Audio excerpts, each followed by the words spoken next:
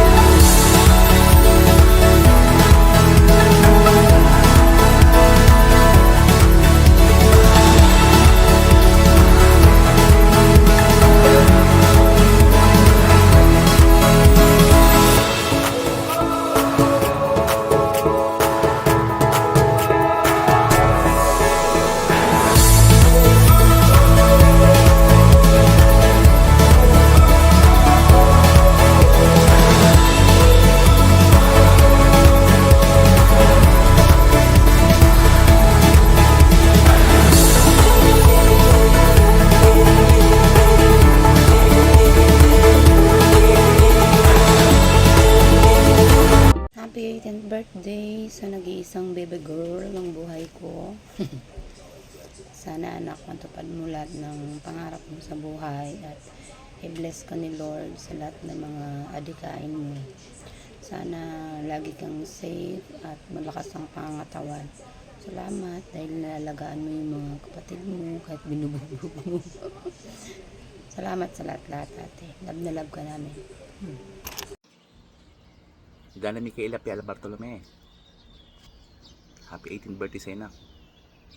Wala ng drama. Alam mo naman na mahal ko kayong magkakapatid. Mag-ingat kayo palagi na. Lahat gagawin ni Papa para sa inyo. Papakapait kayo palagi. Susunod kayo sa mga utusan lolo at lola nyo. Maging may takot sana kayo sa Diyos na. Hindi na magdadrama.